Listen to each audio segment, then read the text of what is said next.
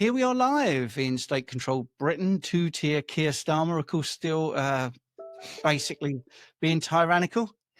But Richard and I escape every Sunday night to get this message out to the people. It's 7 p.m. in the UK, like I say, and I've got the UK's and nay, the world's top nutritionist, Richard Smith, in the house. Hi, Richard. Stephen, way too kind as always. How are you? I'm very well. I'm going to appeal to the people on YouTube. I never do this normally, but can you make sure you subscribe to either of our channels or both if you can? And make sure that you smash the like button, as they say. The kids are down with that expression. It just really helped the channels. It really does help us to get the information out because we don't get the showing that we should basically on the YouTube pages and all that. Anyway, right. Okay. We got some questions. What we're going to do, as we've noticed, it's got such a busy live stream over the last few weeks. We're going to try and keep everyone's questions down to about 5 minutes. If you need a longer answer than 5 minutes, you might need a consultation. Or you might be happy with a sort of like 5-minute answer. Obviously, it's not going to be set in stone 5 minutes. We're going to be roughly doing that. So there's not about 6, 7. Last week, there were 15 questions we didn't do. So that's why we're doing it, unless it gets very quiet and we can go back to other people's questions. So we're going to go straight into that. And we've got Alex there. And I think there's a few questions here. So 5 minutes from now, we should have had them all done. That's how it's going to work anyway, right? Don't forget, you can put QQQ in front of your question, and also super chat moves you up the queue. Right, Alex, he is saying this first one. What are the best predictors for adverse cardiovascular events like a CAC score? And what about cerebrovascular events, which is a great question, actually. I think the coronary artery calcium scan is pretty good. I think that's really good. I think the HDL being high is a good indicator of no problems, especially when it's coupled with low triglycerides. How you feel? I don't buy into this sort of silent killer thing. I think if you're very vital, eating the right way, you feel good, that's always a good sign that you're going the right way. Cognitive ability doesn't drop, sleep's good. What would you say, Richard? Yeah, I completely agree. I think one of the biggest factors to me, as you say, is high HDL and the triglyceride to HDL ratio. CAC score, if you can do it, it's fantastic, but you do need a doctor's paper. It's usually paid privately, so you can do that through a number of establishments throughout the UK, but you do need a letter from the doctor in order to do that. And I think it's around £300 to £400 by memory, but if your doctor is concerned, then I think you may be able to get it for free. But you and I would have to pay, unfortunately. Yes. And to go into the cerebrovascular events, strangely enough, this might surprise people. The GFR is pretty good indicator. So if your GFR is high, that's good. High intensity transient signals or hits is a Doppler sort of detection thing that you can do if you want to look that up. But the thing is, proving cause is not really possible without experimentation, and that's the biggest problem. All the things that we deal with is epidemiological stuff, which comes from epidemic, by the way, if you're interested in why that name is there. So we're going to go on to Alex's next question, which is, you may have heard of Morley Robbins, absolutely, a biologist who is strongly against vitamin D supplementation. What are your thoughts on the efficacy of non-sulfated cholecalciferol from pills? He thinks, as a big question here, he thinks a value of 20 ng milliliter is fine and not deficient, and says vitamin D supplementation is more harmful than beneficial. Obviously, sunlight is best, but what about bedbound people, for instance? And let's go to the next bit. I do think his views fail to acknowledge the major benefits from vitamin D. His assertions seem quite dogmatic and biased. He's quite respected in the field, I think. I'm one of those, and we'll get to Richard as well. We're trying to do it in 5 minutes, like I say, who thinks that vitamin D can be important. It is a hormone rather than a vitamin or a vitamin. A vital amine is where that word comes from, by the way. Yes, it is a hormone, really. So it is important. But what is the level that we need? Well, again, going back to epidemiology, there's no real good experiments with vitamin D. I have experimented. I've done an N=1, and I've had that very low level, and I've had very high level. I did fermented cod liver oil, I did supplementation, I got my levels really up, I sunbathe, I'm always out, I play soccer outside, I run outside. I've had people in Arizona with very low vitamin D, and I've had people in Finland with very high levels of vitamin D. So it's very dynamic, but I'll hand over to Richard because I think it's one of the things you really like talking about. Yeah, look, this is going to probably blow a few of the listeners' minds, at least those who are not regulars to listening. Look, vitamin D is important, but I think it's overrated in regards to supplementation. And the reason for this is that we look at healthy people and vitamin D, and healthy people tend to have higher levels of vitamin D because when we are metabolically healthier, we naturally have higher levels of vitamin D. So lots of us will take vitamin D in order to make us healthier, but it doesn't work that way. It's the other way around. Healthy people have higher vitamin D. People who take higher vitamin D, it doesn't necessarily make them healthier. If we look at vitamin D from the sun, so when we are exposed to UVA rays on the skin will increase nitric oxide, a potent vasodilator, something that is directly correlated with longevity. When this happens, vitamin D increases as a surrogate marker, and we attribute all of the benefits, all of the health benefits of the increase in nitric oxide to the vitamin D, when in fact it's from the UVA rays. So the sun is incredibly important. I do err on the side of caution when it comes to vitamin A supplementation because vitamin A, there's lots of different parts and types to vitamin A. It isn't just D3, for example. If you are supplementing, as you mentioned, I think one of the better forms is fermented cod liver oil because this contains the full spectrum. I know when you did testing that raised your vitamin D a little, but other vitamin D supplementation raised it a little bit more. Now, the reason that I believe it does this is because when vitamin D receptors are upregulated, there's less in circulation. So we can't go by blood volumes of vitamin D. And it's the same with BHB, as we've mentioned many times over the last few weeks, that when we upregulate the enzymes and pathways involved with transportation and utilization of the BHB, it actually becomes lower in the bloodstream. And I would argue it's the same in regards to vitamin D as it is with T3, testosterone, and everything else, insulin, everything else we see across the board. So supplementation, fermented cod liver oil is the best for me. It doesn't oxidize because of the way that it's fermented. I buy mine from the Real Food Company. I'll pop a link in below when I finish this. But look, vitamin D we can obtain from animal proteins. So yes, we get it from the sun. Get as much sun as you can when you can. Ideally early in the morning, later in the evening when the sun is lower in the sky. Try to avoid too much exposure when the sun is highest in the sky. But I'm not a fan of excessive supplementation. I think it has its place, but I would err on the side of caution. And again, if you are supplementing, for me, fermented cod liver oil is going to be one of the better options. Yeah, brilliant. Okay, and of course, the non-sulfated just means that it is fat soluble. And it's sulfated in lots of supplements just to make it more soluble. Anyway, right. Yes. So Andy there has just pointed out something. Okay, 4 questions for one person. Well, actually, I think it was all sort of one question. And I think we did that in 5 minutes, which is exactly why we got the 5-minute rule.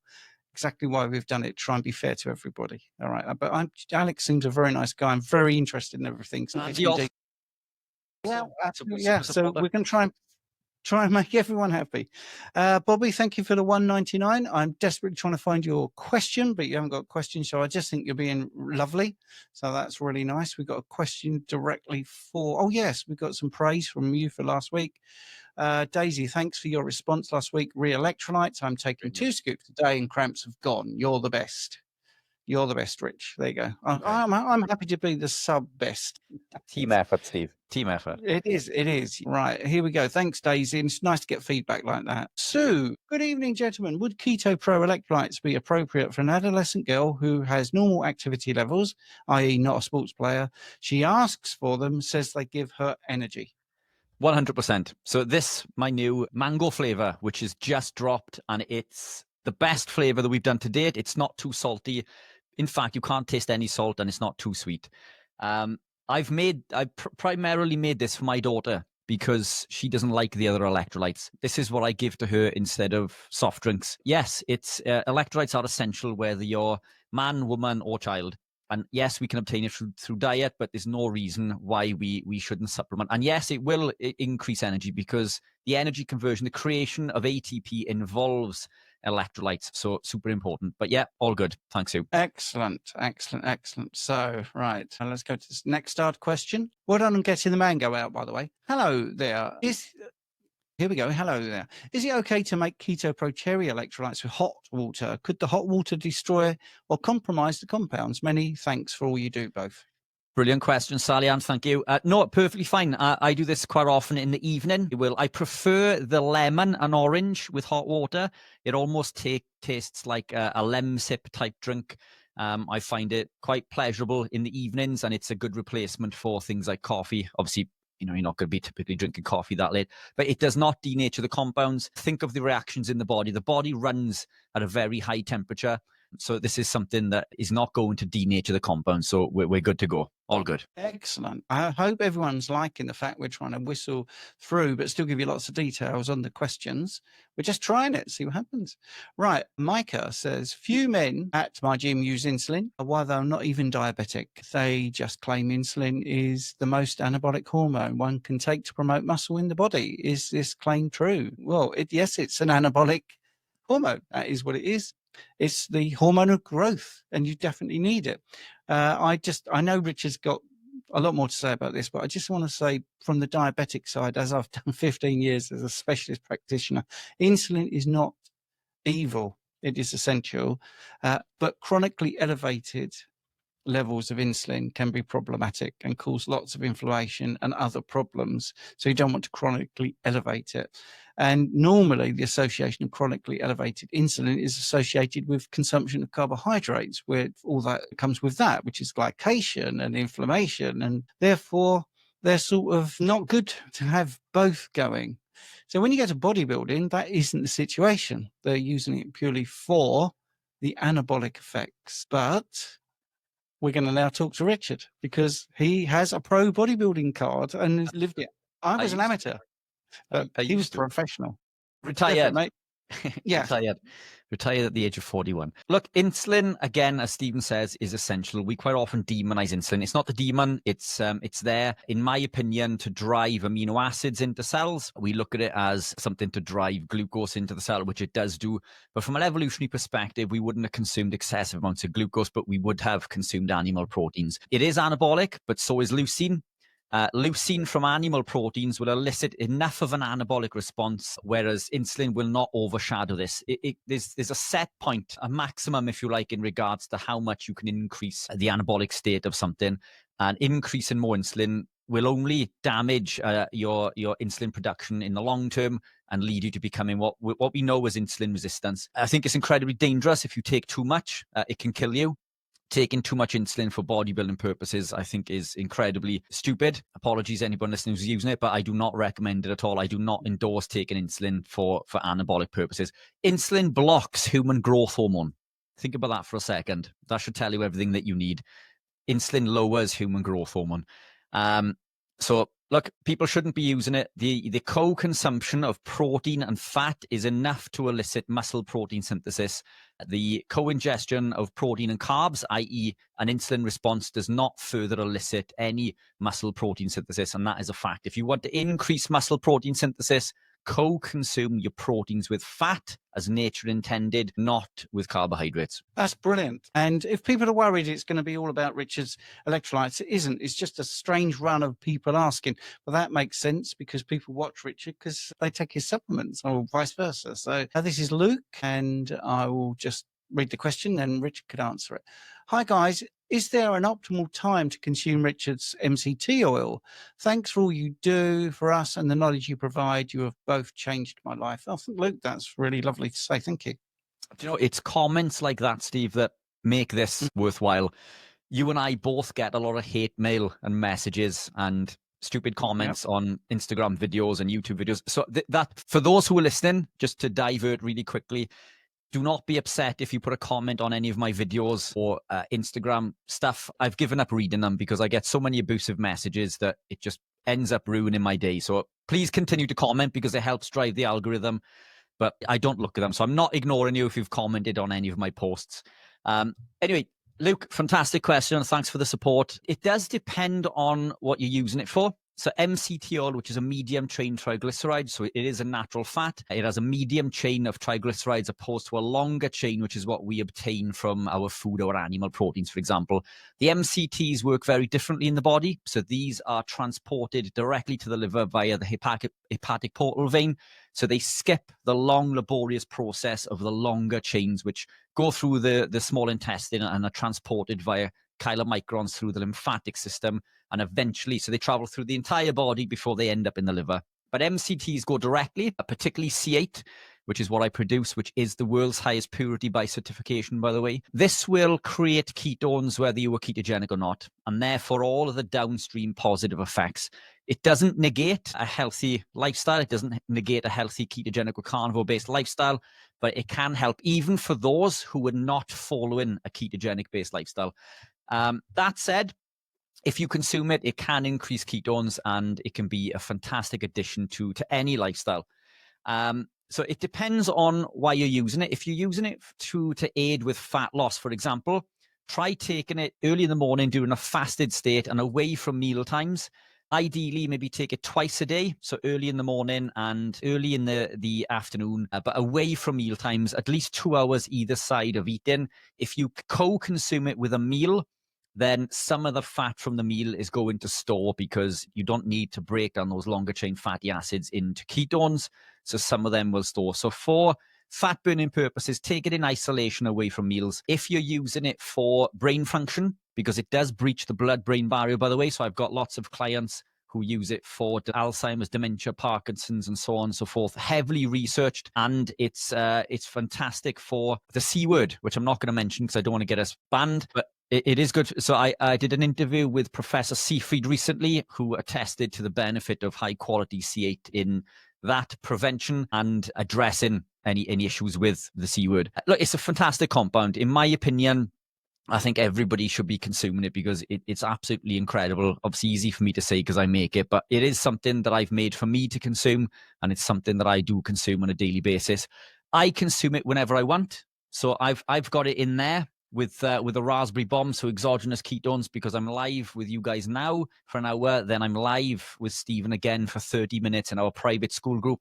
And then I've got a podcast with Simon from How to Carnivore for an hour. So I need to be on top performance and firing on all cylinders. And BHB and MCT will allow me to do this. If weight loss isn't the goal, you can take it whenever you like. Yes, I noticed there's quite a lot of people in the chat talking about the thing we're going to do a video on, which is the ridiculous assertion from Dr. James Nico, what's his name? Anyway, you know what I mean. We're going to address that. I have written a Substack about it, and I put a link in there, but Richard and I will be doing a video about it just for the people that are worried. Okay, so Samantha, I have heard eggs can this is an interesting one. I really can't wait to answer this. Interfere with iron absorption due to phosphovitin. Is this true? Would it be a problem when always eating my meat combined with eggs in the same meal? That's only true if it's non-heme iron. Yes, you see, they don't tell you the truth when they say what's bad about eggs. Yeah, they're bad if you are eating basically a vegetarian diet apart from the eggs, because non-heme iron will be totally affected by it. It will be bound. It will not be absorbed. And what's the way around it? Well, to eat plenty of heme iron. Heme iron is what's in animal products. So this is the whole thing that gets me. This is where the vitamin C thing comes in, because you need vitamin C ferroreductase to convert non-heme iron to heme iron, which takes a lot of vitamin C. Well, we don't need that.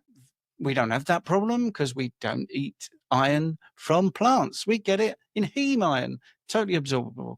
So yeah, it's a non-starter unless Richard wants to add a bit more to that. No, 100%. I completely agree. It's to do with the porphyrin ring, which is found in heme iron, which makes it bioavailable, which non-heme iron does not have. But you've covered it. I think we're flying through these questions today. We're doing really well. Ah, yeah, there are tons. And Andy, keep commenting. The thing is, it's comments that get us to improve the show. That's what's happening. We're trying to improve it. Right. This next question sort of goes into what we're going to do the video about. But again, if you don't mind if I have first pop at it, Richard, because you've had a little go. I was recently told that gluconeogenesis is stressful for the body. The person arguing this was claiming that this was a reason to use exogenous carbs. Is gluconeogenesis really stressful? Thanks. Well, I tell you what, everybody that's telling you that, they sleep, don't they? Well, what happens when you sleep? Well, gluconeogenesis keeps you alive.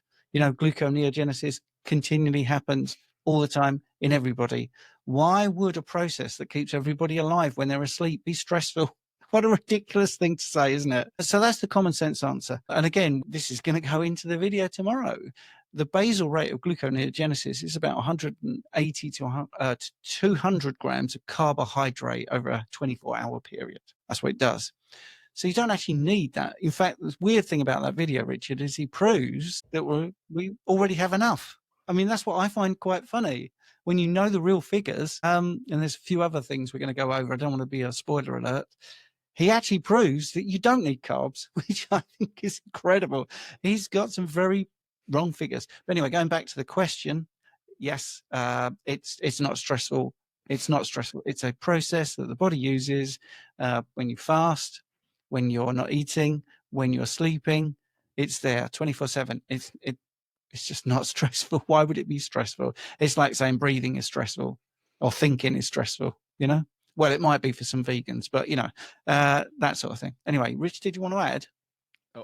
I think you've nailed it 100%. It's a natural state. Whenever I question anything, I always take a step back and look from an evolutionary perspective. And the fact is, and we know this, you know, contrary to popular belief, that we were not just carnivore, we were hyper carnivore, and our natural metabolic state would have been the metabolic state of ketosis predominantly. We would have consumed animal proteins and only animal proteins unless animal proteins were not available. Sugar in high quantities would have been seasonal. So what did we do for the rest of, you know, the 9-10 months of the year when sugar wasn't available? Were we in a stress state for that period of time? It just doesn't make sense. There's more than cortisol. So we use cortisol in order to make glucose. We also use other hormones like human growth hormone and glucagon, but it's not a stress state. And the video that you and I are going to do tomorrow, we're going to show real life evidence. I think it's going to be good. It's going to be good. I won't give too much away, but I completely disagree. Yeah. It can be if you were co-consuming high amounts of carbohydrate, you know, so if you can, because carbohydrates in high quantities are stressful to the body. And so a bodybuilder, for example, who is on a high carb diet, who cuts their meals in order to cut weight, that is a lot of stress on the body. And that does actually result in loss of lean muscle mass, which does not happen if you are keto adapted, by the way, which I can prove. Brilliant. Just want to welcome other people into the room. Jonathan, Carnivore Muscle. I think he has a good video about gluconeogenesis on his channel. Some of his videos recently have been incredible, haven't they? Yeah. Check out Jonathan's Carnivore Muscle.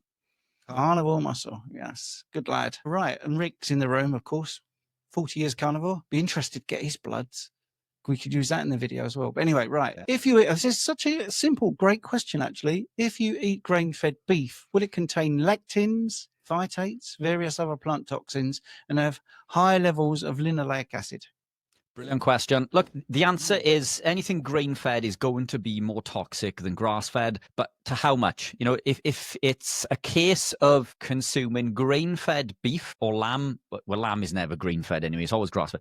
If it's a case of consuming grain-fed animal proteins versus vegetables, consume the grain-fed animal proteins every day of the week. It's not as optimally healthy as grass-fed, but it's still way healthier than anything else that you can consume. So, you know, I search for grass-fed and free-range eggs and things, but it doesn't mean that if I'm out, like for example, every Wednesday I train with Mikey, the European.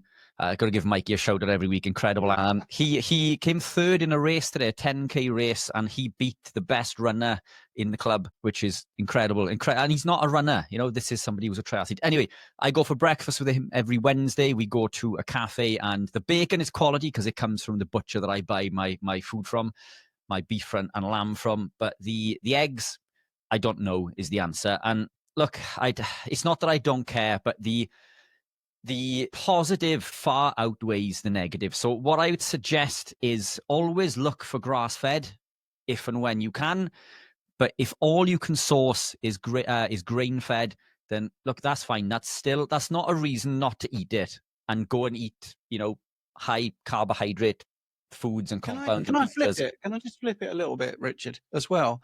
Because I mean, if it has them, they are trace amounts. That's what's been discovered. But if you're worried about trace amounts, then don't eat any plants, because you will get more than trace amounts of glyphosate. You know, so I think, you know, you took a step back. I just wanted to go back even further. You know, if you didn't mind, Rich, sorry to interrupt, because we would got to the 5 minutes as well. So if you can't afford anything but grain-fed, you're still ahead of 90% of the population, and your health is going to be great. Honestly, I really think, you know, we can't guarantee that it would be completely free of those, but it is so much better than alternatives, and certainly better than plants, which have those compounds. So it's a great question. It's a great question. One thing just to add quickly, Steve, and I know that we're over, in regards to the linoleic acid is problematic because it's oxidized. So if you consume your meats fresh, then by default, they are going to be less oxidized. So even though they may contain a higher quantity of linoleic acid, as long as it's non-oxidized, it's going to be far less problematic. So in my opinion, prioritize grass-fed lamb and beef. Lamb is always grass-fed beef, and I throw pork and chicken in maybe once a week, once a fortnight, or once every 10 days, whatever it may be. And that's fine. So it's all about the rule and not the exception. Brilliant. Okay. So I'm just going to say there's a few people mentioning school. If you do like what we're doing and you still think you want more time for questions, then you could join our school group. This is what it looks like. Getting quick, because on the 1st of April, prices go up, but not for existing members or members that join before 1st of April. You get a lifetime promise that your costs will never go up. And it is still, even with the price increases, it's still going to be about 50% cheaper than everyone else's community. So we are dirt cheap at the moment, good value, however you want to word it. This is what it looks like. You get access to asking questions all the time. Here's Bobby, who did a kind super chat on this live. She's saying she's going to start taking notes and listen to the lives, and don't really need to do that, because with the lives in the group, we also do playbacks. So for instance, we do a Sunday night thing here, so you click on playback and you can see all the playbacks, and you can also get a transcript if you want all the transcripts. So you've got searchable documents for all that sort of stuff. At the classroom, there are courses. The more you're active, the further you can go, because the more you like and add comments and stuff like that, you can get to all these courses, which is in there. There's ebooks, there's videos and stuff like that. The calendar is easy to find. Look at us. This is here on the 23rd, the 7 o'clock, then at 8 o'clock tonight. So in 30 minutes time, we'll be going over to school and taking questions in the members area just there. And to join school, all you've got to do is click the link in the chat I've just put in there, and Mike has already recommended it, which is really great. Super chats, they keep us afloat, because don't forget, we do this for free every single Sunday. And it's £5 from Laura. That's really, really kind of you. And we've also got Andrea. I can't seem to put that on the screen for some reason, but let's have another look here, see if we can get to Andrea's, put it on the screen. And Cruz. So we got a couple of super chat questions now. Will body weight workouts suffice for the average person? And thank you for the $10, by the way. Will body weight workouts suffice for the average person who just wants definition or strength, or should everyone aim to lift heavy if able? Should we train in the fasted state more often than fed? Brilliant question. Great. I think if body weight exercises are sufficient for most people, I think if you can lift weights, but when I lift weights, not that I've done any weightlifting for quite some time, although I've had 2 sessions back recently. Anyway, let's not digress. Keeping light is fine. And in fact, what I would suggest if you are lifting weights is not go too heavy, leave your ego at the door. It's all about time and attention. So if you're doing body weight exercises, I think that is sufficient for many, many people. And if you are going to the gym, leave your ego at the door and don't try to, it's so easy to sit on the bench, think everybody's watching you and pile the weights on, because you can lift a lot heavier. It's one of the things that I do is count the reps in regards to eccentric movements. So if I'm doing the bench, for example, I'll count 5 seconds down and 2 on the concentric, because we're stronger on the eccentric. So if you were using bands, Andrea, for example, push the bands out and time maybe 5 seconds down, you can hold for 1 to 2 and power 1 to 2 up. and just do it that way. I know some people who use bands and kettlebells and bodyweight exercises, press-ups and sit-ups, and they look absolutely incredible. If you were doing those things, you're already doing way more than the person next door. Very few people as a percentage, partake in any resistance training. And it is very important. Not essential, by the way. I must add this. I work with lots of clients who have never done a day's training in their life, and they have manipulated their health and well-being through nutrition, and they are super fit and healthy purely by changing what they put into their mouth. So that is the biggest lever to pull. And then downstream from this, we have things like bodyweight exercises and lifting weights and maybe some sprinting and so on and so forth. Brilliant questions, and thanks. Sorry, Steve, I've just noticed, should we train enough fast? I believe if you are fat adapted, a fasted state is best. I always train fasted. I never train in a fed state per se. It just doesn't work for me no matter whether I'm lifting weights or whether I'm sprinting or cycling. I always train fasted. Sometimes I eat directly after, and sometimes I will leave it 4 hours, depending on how exerted I feel. If I feel that I've tapped into my glycogen stores, which is made by gluconeogenesis, by the way. So we convert the lactate in the muscle to the liver, and the liver will supply that glycogen to the muscle at a higher rate than if we were consuming carbohydrate, which is why we don't burn, by the way. So once you become adapted, you don't feel that lactate burn because we buffer those hydrogen ions, which a carb athlete cannot do.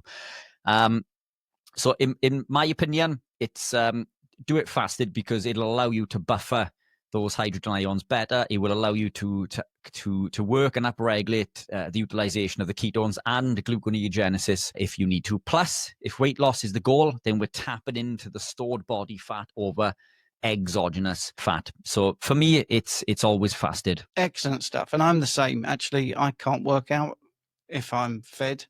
I think fasted just works for me, which could just be habit. You see, this is the thing. Right. Let's have a look. I wonder if I wonder what Jonathan does. Anyway, right. Cruise, $5. That's great. Thank you very much. Gluconeogenesis was in my head today because BG, blood glucose, has been high for too long. Only recently it's been under 100. Been taking R, ALA, B1 and berberine last 3 months. Thanks. That's good to know.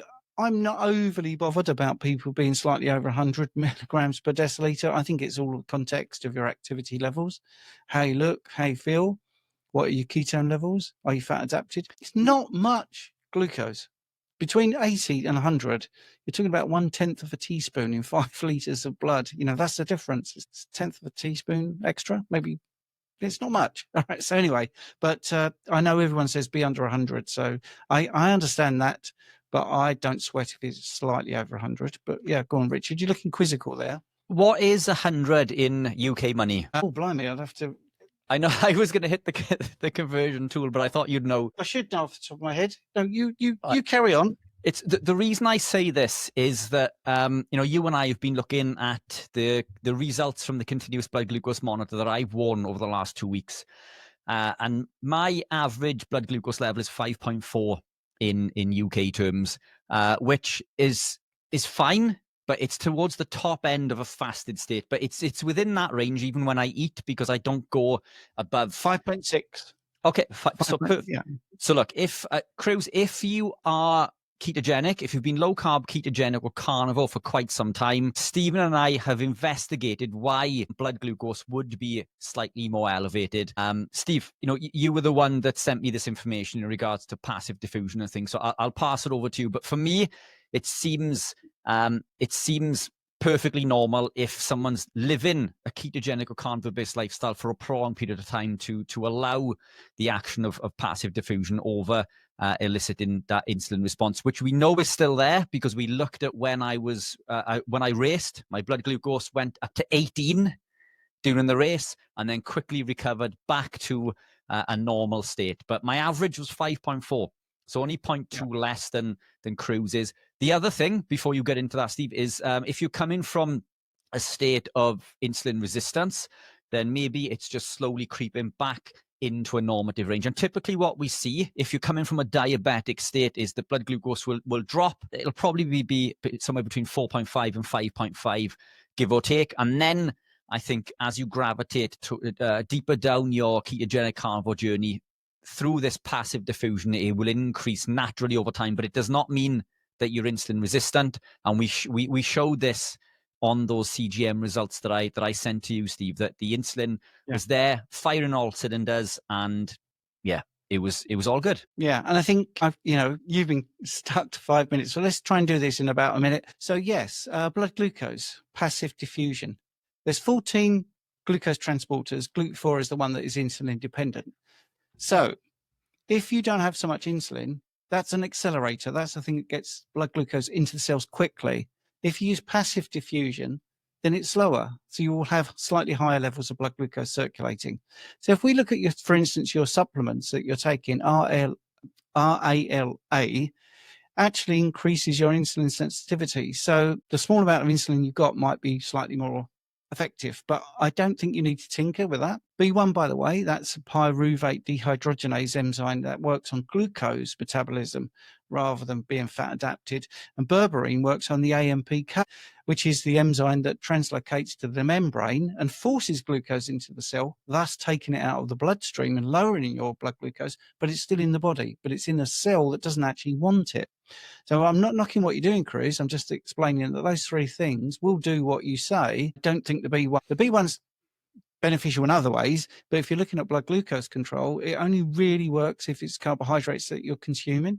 So that might be an extra expense you don't need. The insulin sensitizer of RALA, do you need it? Because you're trying to achieve a low insulin state. So that was it. I mean, I think I've done a Substack on this actually, but if I haven't, I will. But Rich and I are going to get our heads together and do a lot more stuff. So that might be one of the things we also do. But anyway, that's great. There was another super chat. I hope that all made sense. Did it make sense to you? So I rushed that. Yeah, I think it was fantastic. Yeah. I think people overly worry about tiny number differences, but there you go. Beverly Jones, $4.99. Excellent as usual. Thank you, Beverly. That's kind. And no question attached. That's just really kind. So that's great, actually. Right. Let's look at the next question, which is from Crafted Performance. Sorry, I haven't been saying everyone's name, but I've been trying to speed up everything. My searching has indicated vitamin D deficiency is problematic. Having sufficient D3 is key for effective surface chemistry on our transporters. Food and sun is best option. But if you can't, thanks. Right. We didn't say that you shouldn't have sufficient, as the word implies, sufficient D3. But I think we were talking about what is the correct level. So most things, when they talk about what is the sufficiency of D, it was actually to stop rickets. That's it. So, and then we get into, well, how high do you need to go once you've got to a sufficient level? And I think that's the thing. I was insufficient according to my blood tests, but I felt fantastic. I have not been to the doctor for 10 years. I've not had a cough or a cold. And I used to be a sickly, horrible one that used to go to the GP all the time, every single year, honestly. I would have a terrible cold. I'd be coming down with absolutely everything. So I think clinical presentation has been forgotten. And that's common. We're getting too much into numbers and not enough into clinical presentation. But anyway, that's a great thing. Did you want to add to that, Rich? No, I think just to reiterate what you said, it obviously we do need sufficient. Vitamin D is incredibly important. As Crafted Performance says, it's, coming back to the original question, which I think has prompted this, it was around supplementation. I'm not, I own a supplement company. I'm not against supplementation. I just think we should always try to get as much as we can from natural sources, i.e. the sun and the food. If we need to supplement, then that's fine. But I do think some supplements are better than others. And again, I would argue that the fermented cod liver oil, that would be my go-to. And I did pop that link into the comments also. So that is and that isn't from me. I don't sell that product. So, I have no affiliation or association with the company that sells it. It's just the one that I've used previously. Yeah, and I think that the second part of that is also linked to heart disease and cancer. Above 60 is the goal. And I think this might be sort of the 180 flip of what you were saying, Richard, that people that are unhealthy have low vitamin D, not the other way around. It's not the vitamin D that's made them unhealthy. So you might have low vitamin D. Well, most people with low vitamin D don't have enough fat in their diet. They don't get sun exposure. They don't get out and they're not active. So this is the cause and effect where you put the cart before the horse. Sorry to use a couple of cliches there, but that this is what we need to look at. But that's great points, absolutely great points. Metabolically unhealthy will lower your vitamin D. If you're metabolically healthy, you'll naturally have higher levels. You mentioned fat there because vitamin D is a fat-soluble vitamin. Protein, we also need sufficient animal proteins, and modern diet, it's predominates pizza and potatoes and chips, and it's all carbohydrate and seed oils, which have the opposite effect. In fact, that will cause ill health and cause us to be not metabolically healthy. So it is very much the case, isn't it? I think once you fix your intestinal permeability, once you heal the gut, everything else downstream starts to fall into place. Yeah, brilliant. Yes. Okay. So let's get to the next question. But I think we've answered this already. Have you seen The Real by Dr. James Di Nicolotinio, where he says, based on his published research, low carb under 50 grams a day is harmful over time? He mentioned something about acid and needing bicarbonate. Yes, we've both seen it. We're doing a video together tomorrow. I don't know how quickly that will be out. I've done a Substack on 2 of the points that he raised there that are completely wrong. Yes, published research by him and using assumptions that aren't true. Simple as that, really. There's loads in my Substack about this. He also says in his own paper, if you notice, I don't know if you've read, I'm sure you have, Steve, that in the bottom it does say that the loss of electrolytes is observed in short term. Well, we're talking about long term, so that has no relevance on what you're even talking about. And we know that we lose electrolytes in the short term and we regain this over time. So many of the things that he's mentioned in his own study is they're the opposite to what he's trying to say. But it's complete rubbish in my opinion, and it is my opinion. But we will do a video on this tomorrow, which is heavily fact-based with real people. Real people, real results. Keep an eye out. Yeah. I'm hoping to get this out tomorrow. Yeah, and that's the thing. You see, and I've messaged him privately. This isn't having a thing behind his back. I've actually tried to speak to him and had a sort of to and fro with him, not about that real, but about another thing he said about acid. It's not the things he's saying about bone mineral density loss is not actually seen in real life. I mean, I've done this for 15 years. The reason I mentioned that is because 5 years I believed in high carb. And then after that, I did a decade with private blood testing and other scans and other imaging. And I've yet to see anyone on a carnivore or low carb or keto see the bone mineral density decrease. So in reality, these things don't happen. And that's what we're going to talk about tomorrow, because that's one of the big things that people who have these wonderful theories seem to forget, that the reality is not what is happening. What they say and what is actually happening to people, completely different. So anyway, right. Great. Thanks for bringing that up. But anyway, right. Sammy D, just beginning keto and finding it difficult to know where to start. What would you recommend for main meals starting out? Sammy D, I'm popping into the comments now a link to a shopping list, which is available on my website. The shopping list is a traffic-like system of the things you can eat and the things that you should try to consume less of. If you stick to that, you won't go far wrong. I'm also popping a link into my recipes page. Hundreds of recipes available on this absolutely free. But in simple terms, what I would suggest to do is keep an eye on the first and foremost, keep the grains to a minimum, if not remove. I mean, we should be removing grains regardless of our diet. Grains and seed oils, the 2 biggest levers that we can pull. Beyond this, we aim to try to keep the carbohydrate as low as we can, and we try to predominate animal proteins and natural fats. So if you can visualize a plate, 3/4 of your plate animal proteins and 1/4 to be the vegetables that you're consuming. Stick to the vegetables which are in the green category within that link, and you won't go far wrong. Don't overthink it. This is about a series of incremental changes.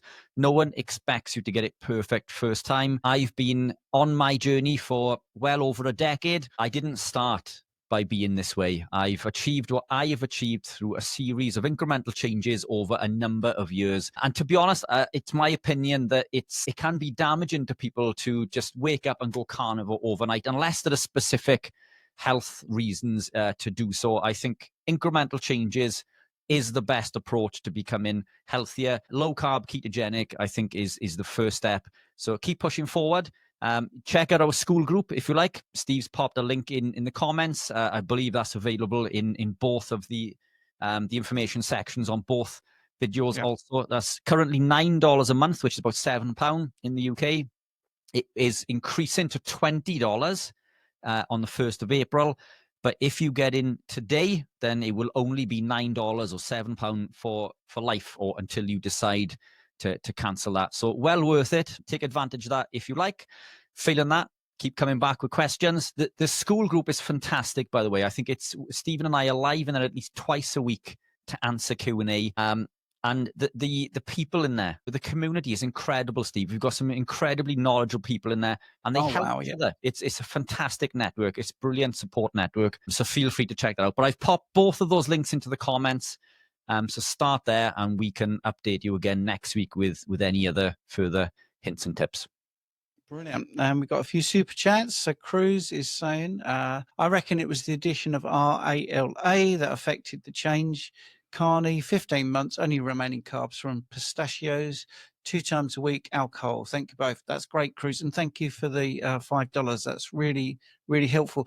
People might think, well, it's not much money, but it really is helpful, and it builds up, and it just helps to pay for things like StreamYard, which is a platform we use, which is, a few £100 to have. So, it does help to get that out there. John is asking an interesting question. My vitamin D is 188 millimole per litre. Is this too high? It depends on whether it's also active. Look, I don't think, if you're supplementing, then potentially, not supplement, but if it's natural causes, if it's from consuming animal proteins and natural sunlight, I'm not concerned. Yeah, and I think this is, again, we need to put it into perspective, really, because if you're in Finland and you sunbathe for half an hour, you get 10,000, the equivalent, of 10,000 IUs of vitamin D for half an hour in a sort of grey, muggy situation. All right.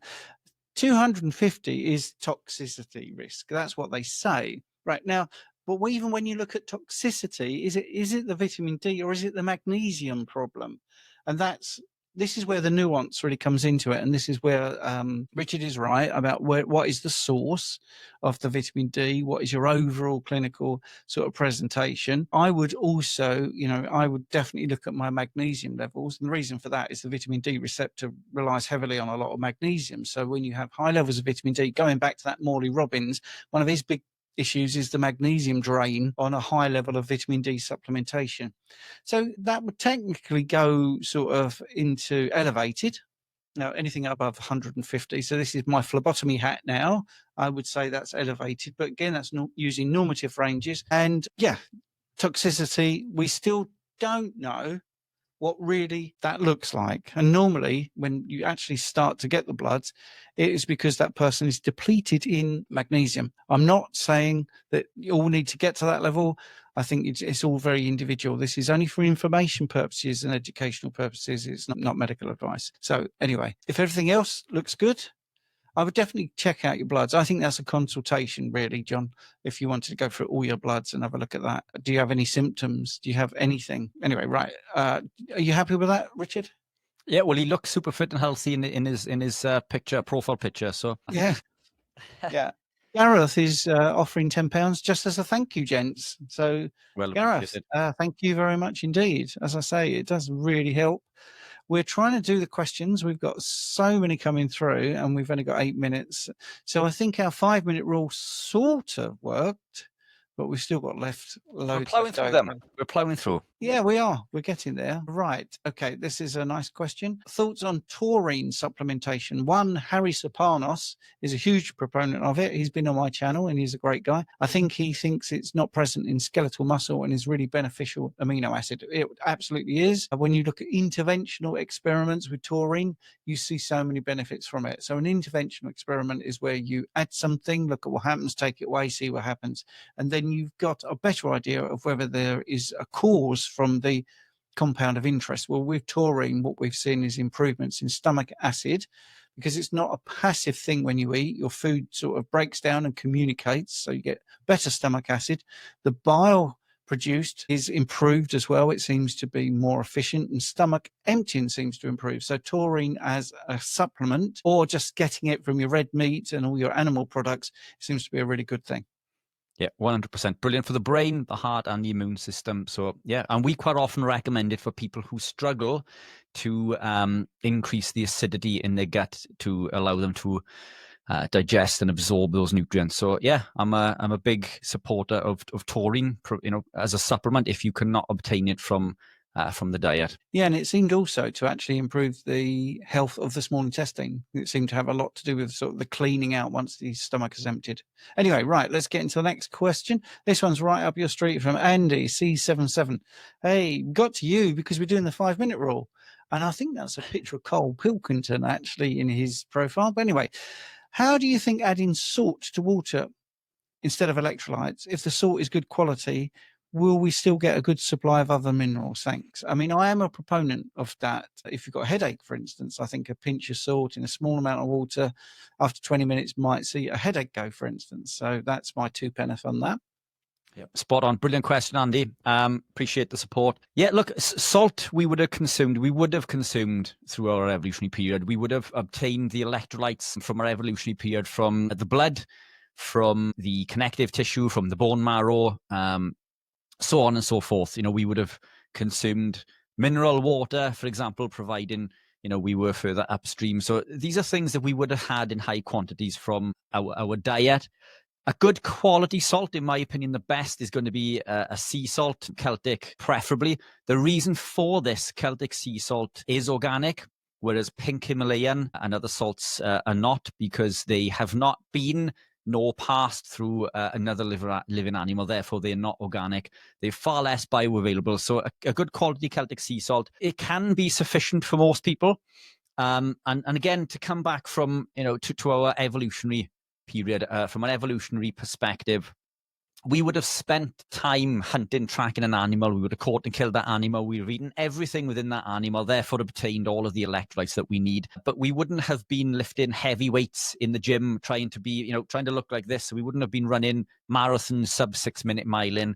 And the other thing as well is, even if we look at diet from a work perspective, I spend lots of my time behind a desk.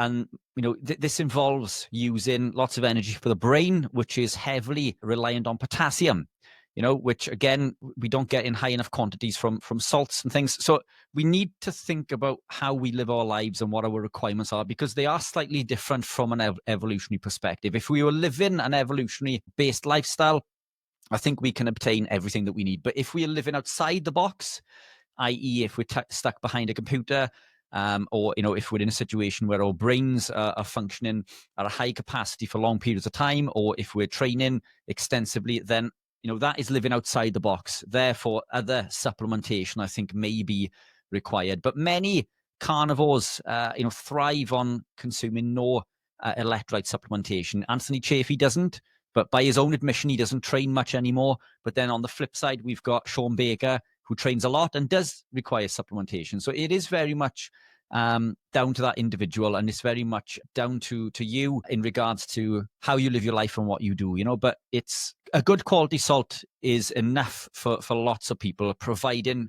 we're not living outside of this box. But for me, because I spend lots of my time behind a computer screen, and when I'm not, I'm typically running or cycling or doing something, then that's why I require additional supplementation of the correct ratios. And that's why I've made the electrolytes, which all of you were kind enough to mention earlier on in the session. The new mango, which I've been mentioning for the last few weeks, is available, by the way. That is out. It's available. So feel free to check that out. If you were buying it from Amazon, it is available from Amazon within the UK, and you're kind enough to do that. If you're happy with it, I'd appreciate to leave an honest review.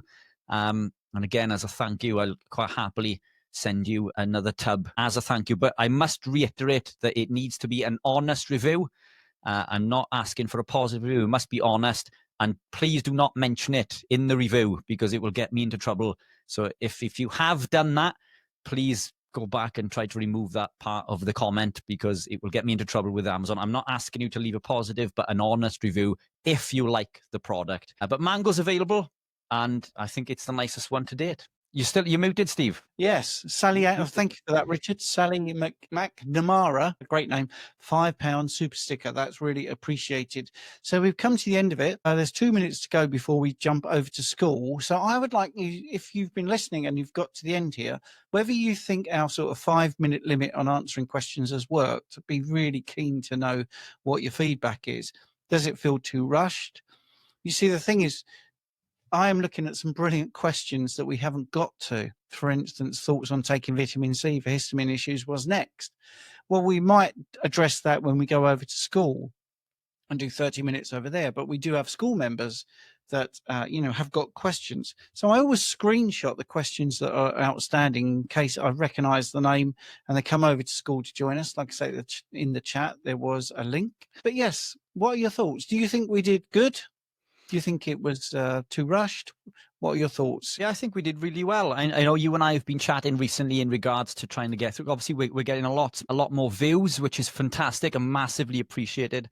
And to offer quality, I think we took the decision to shorten the answers and the depth of the answer so we could get through more. I think we did well. I think we found the optimal ground there for information and quality and quantity.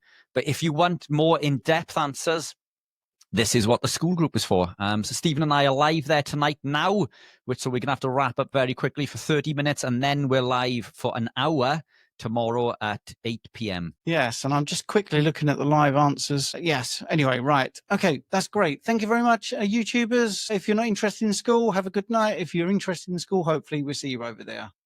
You will.